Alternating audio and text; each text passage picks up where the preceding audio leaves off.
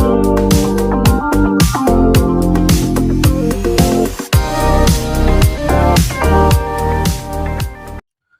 semua, salam sejahtera Malaysia. Tuan-tuan dan puan yang amat dihormati sekalian. Akhirnya sebelum ini kita mendengar tentang perhimpunan ataupun Himpunan Selamatkan Malaysia yang dianjurkan oleh Perikatan Nasional pada 16 September. Namun setelah hasrat dari Perikatan Nasional untuk mengadakan perhimpunan ini mengundang banyak kecaman, bahkan ada juga yang memuji juga tindakan dari Perikatan Nasional ini yang menunjukkan kononnya bahawa ini menunjukkan bahawa ada rasa cara untuk meluahkan rasa tidak puas hati kepada kerajaan. Namun saudara-saudara, terdapat juga kecaman yang diterima dan terdapat juga gesaan supaya perhimpunan ini dibatalkan dan juga untuk menghormati Hari Malaysia pada 16 September.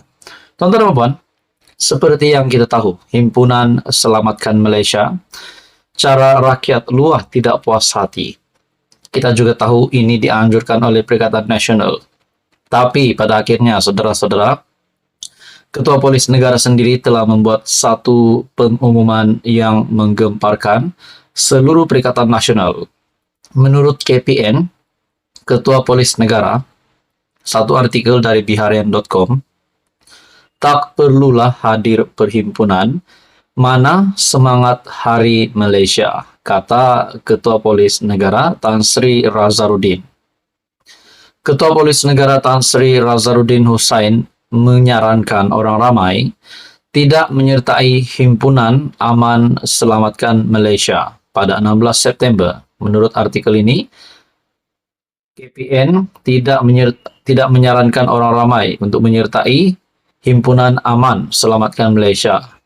Ini kerana tindakan itu akan menyusahkan pergerakan orang ramai, terutamanya peniaga dan pekerja di kawasan sekitar lokasi perhimpunan berlangsung.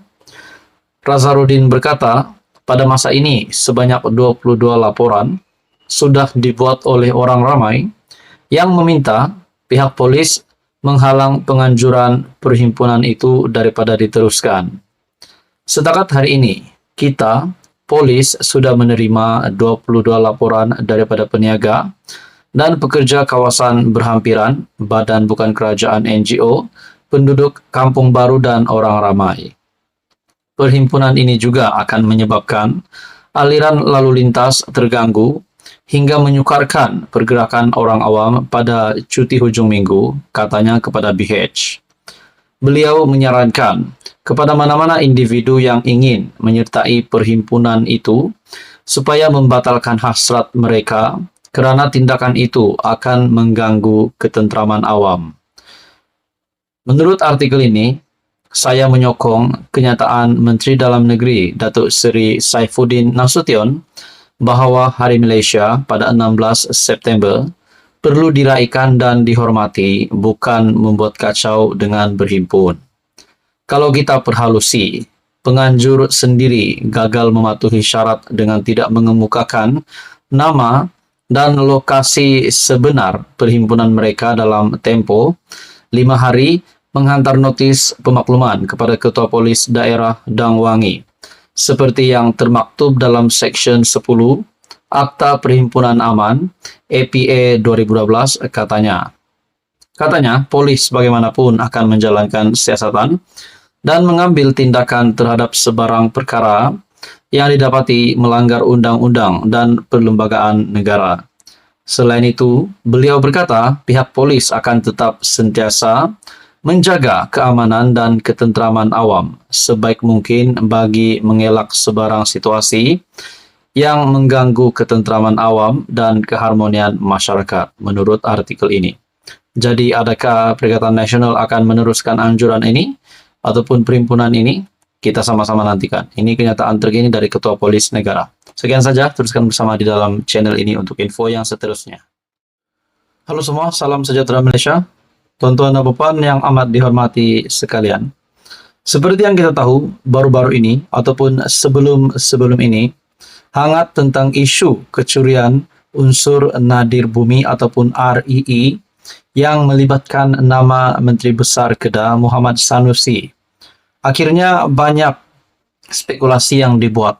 Ada juga kata Sanusi mungkin ditangkap bersalah. Ada juga kata Sanusi tidak bersalah.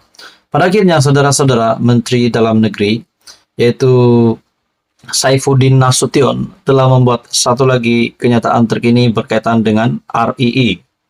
Satu artikel dari Cosmo.com, wujud elemen buruh paksa dalam aktiviti Lombong RII menurut kenyataan dari Saifuddin Nasution. Kementerian Dalam Negeri KDN mendedahkan wujud elemen buruh paksa dan pemerdagangan manusia dalam aktiviti perlombongan unsur nadir bumi RII di Kedah. Menterinya Datuk Seri Saifuddin Nasution Ismail berkata, elemen itu terbongkar susulan tangkapan 52 individu termasuk pekerja asing di Bukit Enggang, Sik, Kedah sepanjang tahun ini. Beliau berkata, pihak polis yang menyiasat kes itu mendapati pekerja asing itu bekerja tanpa upah dan ia satu amalan buruh paksa. Kami difahamkan mereka, yaitu pekerja asing tersebut, adalah dari negara Myanmar, Nepal, dan beberapa negara lain. Mereka ini dipaksa korek lubang, mengeluarkan biji, dan kemudian tidak dibayar upah. Semua kesalahan itu kita letakkan di bawah akta kesalahan keselamatan langkah-langkah khas 2012 ataupun SOSMA. Katanya pada sidang akbar selepas hadir pada majelis sambutan Hari Anti Pemerdagangan Orang 2023. Berhubung seorang lelaki warga Malaysia yang ditahan di Norway kerana didakwa mengintip, beliau berkata, polis Diraja Malaysia PDRM kini juga sedang meneliti maklumat dikongsi pasukan keselamatan negara berkenaan. Jelasnya, pasukan keselamatan Norway Mahu Malaysia mengesahkan latar belakang dan maklumat lelaki berusia 25 tahun itu. Beliau berkata, tugas PDRM adalah mengesahkan maklumat yang diperlukan pasukan keselamatan Norway itu, termasuk pengesahan warga negara.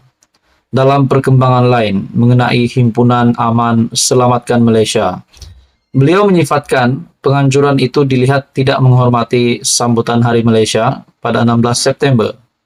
Katanya sambutan tarik 16 September itu sangat signifikan dan syarat dengan semangat saling hormat dan kepatuhan kepada undang-undang menurut artikel ini. Namun kita melihat kembali di dalam awal artikel ini, kenyataan dari Saifuddin Nasution Menteri Dalam Negeri berkaitan dengan isu RII, wujud elemen buruh paksa dalam aktiviti Lombong RII, serta elemen itu juga terbongkar susulan tangkapan 52 individu termasuk pekerja asing di Bukit Enggang, Sik, Kedah sepanjang tahun ini. Bagi saya ini mungkin satu lagi pendedahan baru yang mengejutkan. Menteri Besar Kedah sendiri, Muhammad Sanusi dan seluruh PAS, bahkan juga mungkin kepada seluruh kepimpinan politik dan juga Perikatan Nasional. Artikel ini dari Cosmo.com, wujud elemen buruh paksa dalam aktiviti Lombong RII menurut Saifuddin. Sekian saja, teruskan bersama di dalam channel ini untuk info yang seterusnya.